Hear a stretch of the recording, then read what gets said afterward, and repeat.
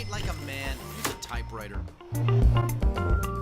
I would be interested to know, so like with the fall of the ruble and the decline of the U.S. dollar, which is basically the reserve currency. Oh yeah, the global currency.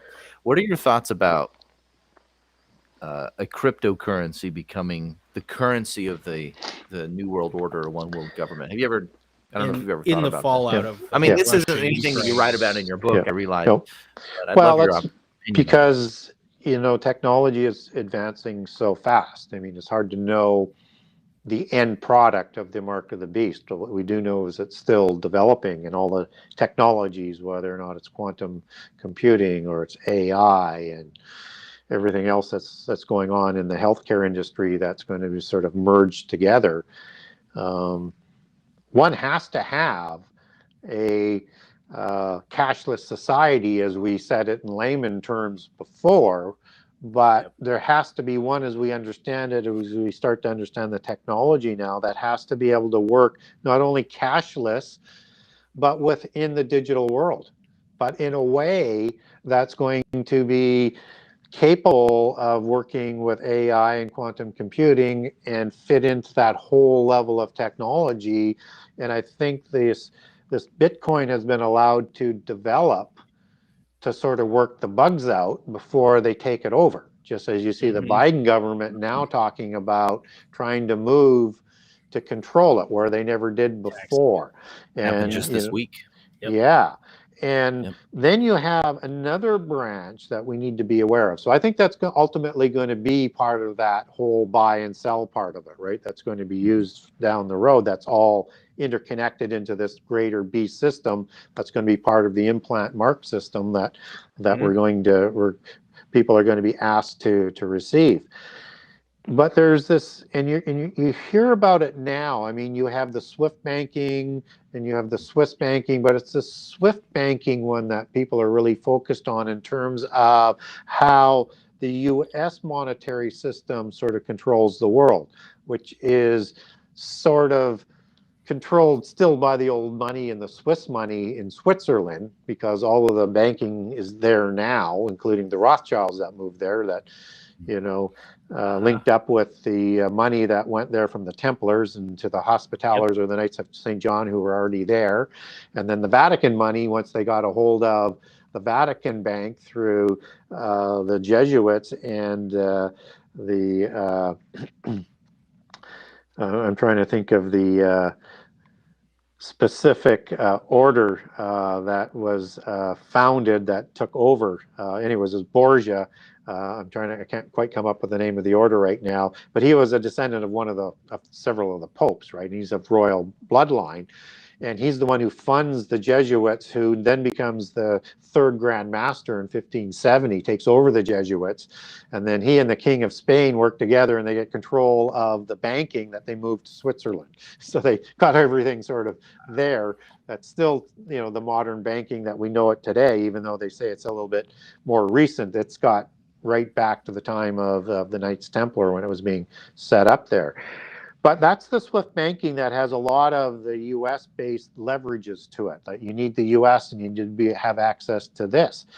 China has been working with Russia to set up a new system. They actually have a SWIFT system, but it's only about 20% as influential as the current one that's used by most of the world. So when you hear the language of them setting up a new system so that the US doesn't have the ability and the Europeans don't have the ability to create such economic havoc, that's where this is really going to be heading. It'll be independent of anything that the West is going to be doing. That, again, could be part of that two legs of this empire that's being revived, that's going to happen, that's going to end be on, the 5 toes on each of the feet. So look more of that. And they want this, and particularly Xi wants this because he wants a larger role and to be the one calling the shots in the world.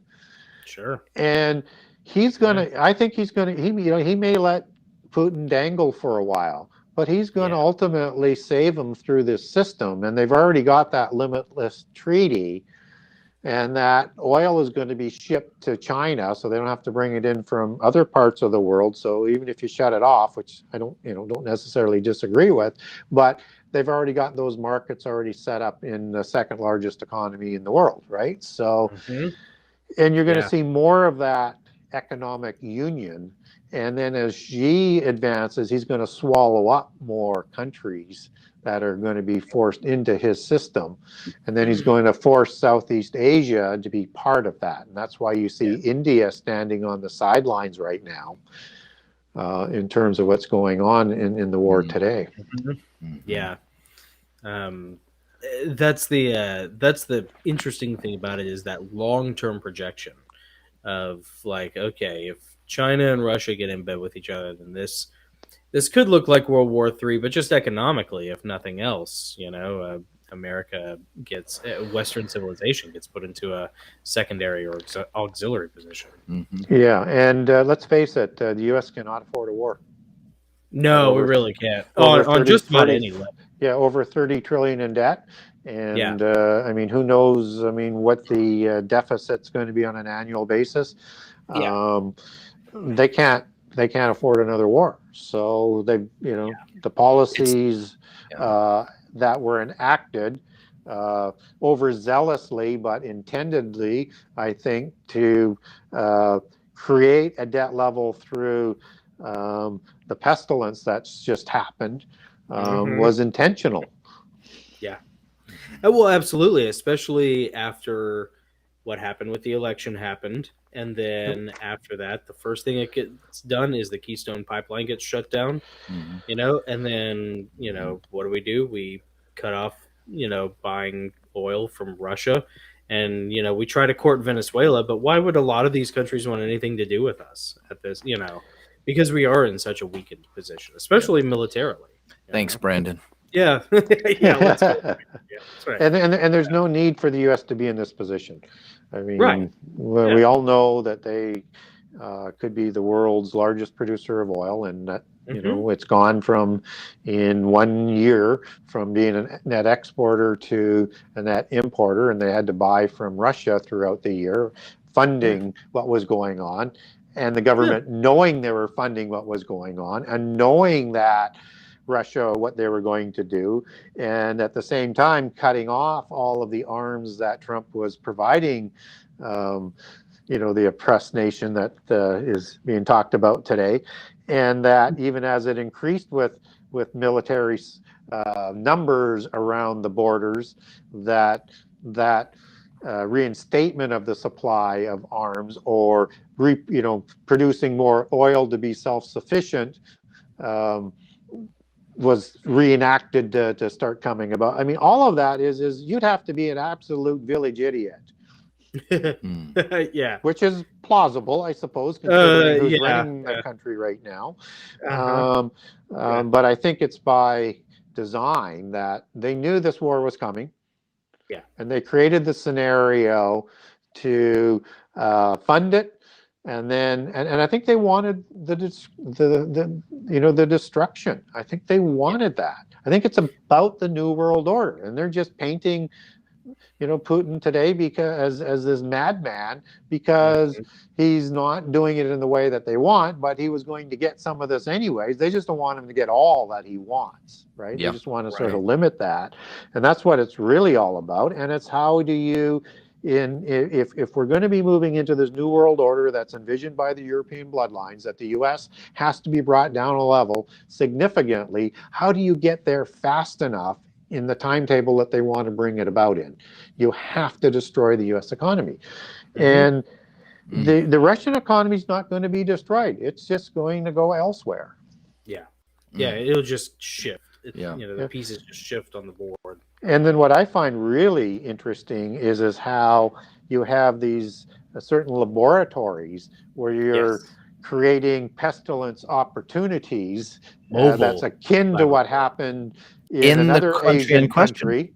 And you don't do anything in all of the time that you get the buildup. I mean, even as late as March, but you could go back even earlier with that war in 2014 where they took the Crimea. There was nothing to prepare to get these scientific beasties that they've created out of that country to protect them. All of this is going on. I mean, why wouldn't you do that unless you didn't want to? I mean, it absolutely makes no sense other than that's what they wanted. Yeah. And so we'll have to see how this sort of all plays out. But Russia gets what it wants, but in a more painful way that they're hoping is going to affect it down the road from expanding as far as they want to go. But it won't help because they've got China backing them. Yeah, of course. Yeah. Hey, Gary, I have a question. I'm going to put it up here on the screen. It's from Joey Payne, who just happens to be my mom, by the way. Shout out, Joey. So glad she's watching. It's awesome. Miss you. She, like me, she's a big fan, and she always enjoys our conversations. When we told her that, her question is, what do you think about Bill Gates' patent number? Which is so interesting when you look it up. The patent number 06666 application having to do with a Bitcoin technology that tracks whether you are a human or an AI doing the activity. Wow. Yeah, they broadcast who they are, what they're all about, and their intentions all the way through. Telegraphing. Yeah. There was, as you know, I write it in the book, and it's kind of a little bit ancient right now, but there was a company called Mondex, who was really a force for moving to chip technology and the credit cards and the cashless society. And of course, they chose an address in New York City. I can't remember the name of the street, the number of the street, but their address was 666. I mean, of course it was. Why not? They broadcast it all over the place, just like any of the companies. Their iconology and their names are usually rooted in. It's like when all the rappers do this, when they all hold their, it's broadcast all the time. Well, and that chip technology, you wouldn't think, I bet when social security numbers came out, everybody was pretty intense about the mark of the beast thing, because it's like you couldn't do a lot, and then the barcodes came out and people were upset over that.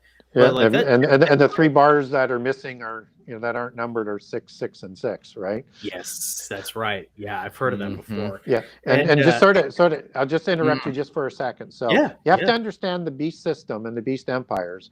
They're ready at whatever level of technology to implement their system, right? So if they had found a way to bring about the end time in the 80s, they still would have had the same type of numerals and geomancy involved that this higher tech stuff will have. Yeah. Dude, geomancy, that's such a perfect word for it. And tying into that, Brian Tucker says that Gates was quoted as saying we can control the population through vaccines. Yeah. Well, of course, as part of one of those tools that they have ready to go to. Through as Davos said in I think 2017, they wanted that through an implant system that would self-medicate everybody. Sign me up, please. But that makes sense when you look at the word sorceries in the Book of Revelations, which is the Greek word pharmakeia. It's actually pharmakus and pharmakos, but that is how they're going to medicate people to a certain degree through a digital system, which we have the not that mark system in place yet, or the technology of medication with the mRNA, but it's a digital messaging type of system that is still developing that would be part of that down the road, which would merge into that whole digital chip system that we're talking with all those other technologies we're talking about a little earlier, and that people will demand that for better health and longer life. And they imagine the chip in 2017, they said the chip system will come through the delivery system of healthcare. Oh my gosh. Which is why health has been given so much authority over our lives. Now, sorceries or pharmakeia can also mean a spell, as a magic spell, as you take that out of its etymology. and it also means drugs, both legal and illegal. So it can also be part of all of the pharmaceutical drugs as well. And that word sorceries is there for a reason in the King James Version Bible. Yeah. So the secret societies who created the Royal Society, which were the Freemasons and the Rosicrucians, that is the center of all scientific development and education outside the church in the West today, called themselves the last of the sorcerers and the first of the scientists. Oh, wow. And that word, as it's used in Revelation 18:23, if I've got the verse correct, is through these sorceries does Babylon seduce and deceive the world. Yeah. The Either way, it's rising. fallen angel technology. Yeah. Nephilim culture. Yeah. You know, well, that's the frightening thing about it is, and they've been pushing for this. Like you say, if they could have done this back in the 80s, they would have done it. If they could have done it in the 90s, they would. And I remember reading, I was into end times prophecy back when I was such a weird little dork. When I was in early high school in 8th grade, I used to read these books. We'd get them from Lifeway, and I remember they talked about one of the things they talked about, because this was during the Gulf War, the first Gulf War, was when they first started implanting little chips into dogs, and now just last week I saw a video where a lady had a chip implanted in her wrist that would allow her to unlock the door to her house, unlock the bathroom, unlock the nightstand. And I'm just does no one connect the dots? Well, now go back, and again, like I say, things are always developing, but and they're ready all the time if the opportunity comes. But the Mondax company I talked about is they were intent that this chip system that they were developing for the credit cards would at some point in time not serve its proper purpose because of security issues, that it would have to become an implant. No kidding. Yes. And they found through their research that based on the technology that they had at the time, that the best location for security and application and protected was either in your right hand or your forehead.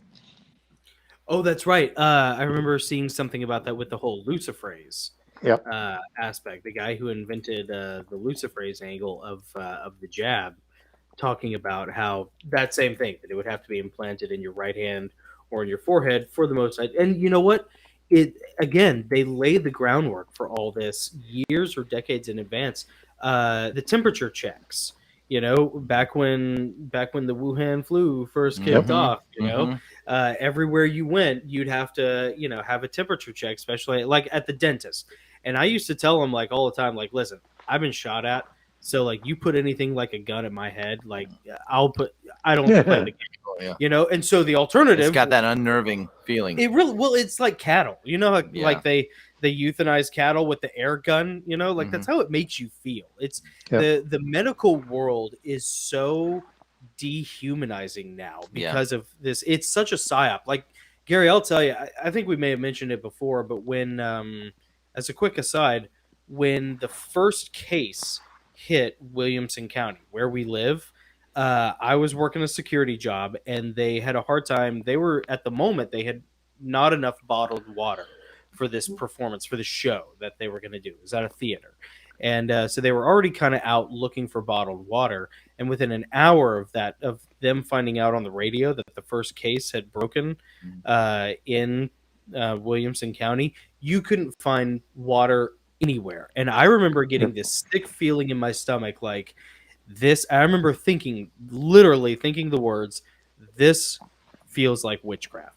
This feels like some sort of hex, some sort of spell that has been cast over people," because it's something other than just because mass psychosis can happen. Yeah, sure. Yes. But it's something other. There's something nefariously supernatural that's going on with this sort of thing. And that temperature thing, they'll do it on your head or they'll do it on your wrist somewhere.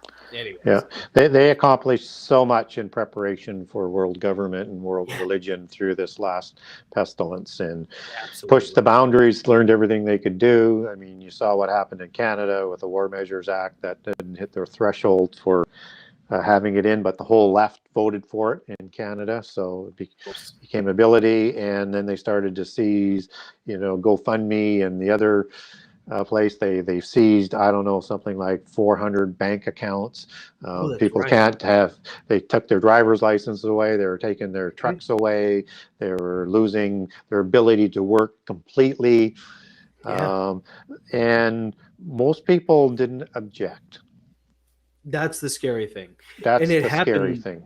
It happened here with cash. You talk about a cashless society. You remember in the first probably, 6 to 8 months of the pestilence breaking out, all of a sudden gas stations and grocery stores and stuff weren't giving you change back. And you were discouraged. There were a lot of articles that went out that discouraged you from using cash because supposedly it would transmit the virus. And it's just, of course, use your credit cards. That if Bank of America decides they don't like your Twitter feed, they can cancel. And the big thing that they're pooling their information on as to where they are at right now is they weren't aggressive enough, and they need to learn from the mistakes that they made so that they could be more totalitarian the next go around and how to do it. Right? So, right. They didn't quite do a they good didn't enough pull job it off this the time. right just perfectly. Exactly. I have a question for you, more related to AI and Web 3.0 and everything that's coming to us on that end, and how it might tie into all this. What are your, and again, this is not something that, this is a bit of a curveball question. I just want your opinion. Yeah, I'm sorry, Gary. We had a list. It's just it's so great talking to you because I love your perspective. I hope you're okay with that. Yeah. What are your thoughts on the metaverse? Oh yeah. Is that part of Nephilim culture too? Well, sure it is. Sure it is. Association of the human body. Yeah, so the metaverse is this whole matrix system that they're talking about, right? That's based on sacred science and sacred geometry, sacred math, advanced technology. And this is the world that they're trying to bring in. And they believe in polytheism, that the world is a computer matrix, right? Yeah. And that this is a projection, and the whole world is based on this geomancy, that, and the codes that they have. You need to look past beyond like being a diviner and stuff like that, and into the mathematical parts of the geomancy as you dig into that. And that if we understand that that's what they're trying to do, and we see these things like a virtual world, they're just trying to recreate what they think is already here as a virtual world, right? And that this is control, and they're gods of, because they ain't going to be in it. Well, that they control. I mean, that's the big thing of AI and silicon-based life forms versus carbon-based life forms, is that God created those, but we want to be God. Right. So, what was the question again? Because I I'm sorry. Yeah, it's just your opinion on the metaverse, and So that's what I was looking for. I couldn't quite get that. And so when we look at how they named it, it will tell you something, and that it is a short version. It might be an acronym of some sort, but that's not how they always work. So like CERN, they say, is an acronym, but it's actually, CERN was the god, which is a Pan type of god, an Azazel type of god, Satyr god, at least in the degraded form in the Etruscan pantheon, which was there before Rome, right? Or Cernunnos, which is the same god in the Druidic pantheon. So that's not an acronym, it's the name of a god, and it's the name of the destroyer god, right? That Azazel is, and Baden Apollyon. So when we look at meta, I would look into Metatron.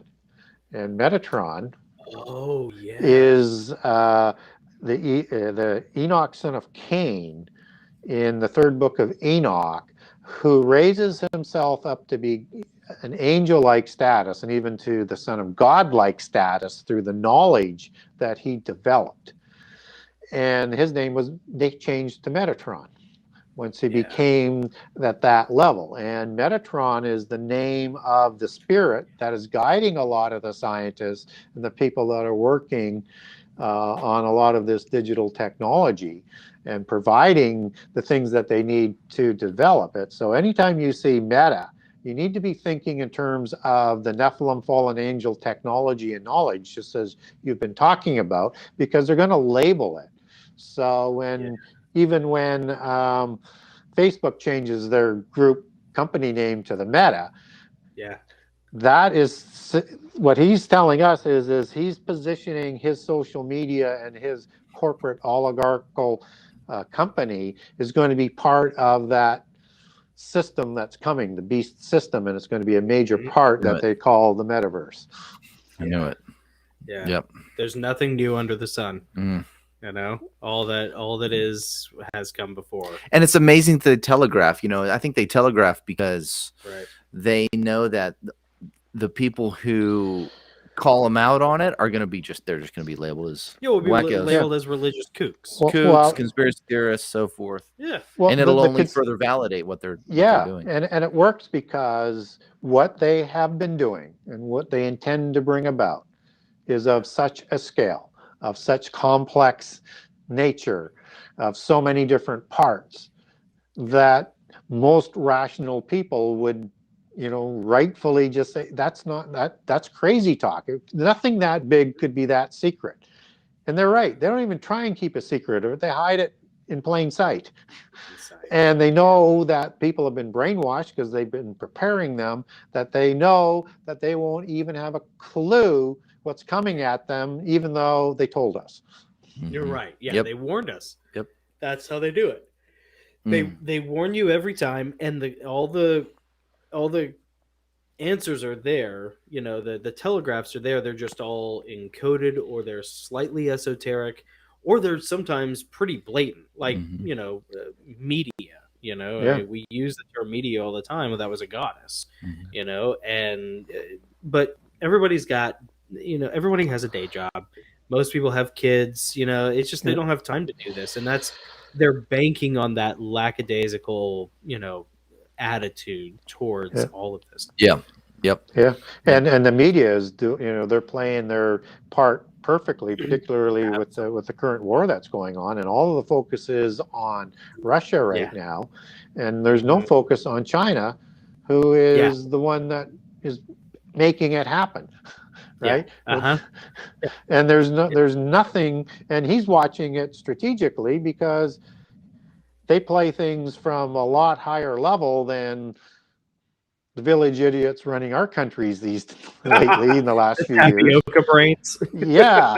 That they're watching everything that is happening for their plays to come. So they get a chance to see how they should do it, and they'll do it better than what Putin is doing.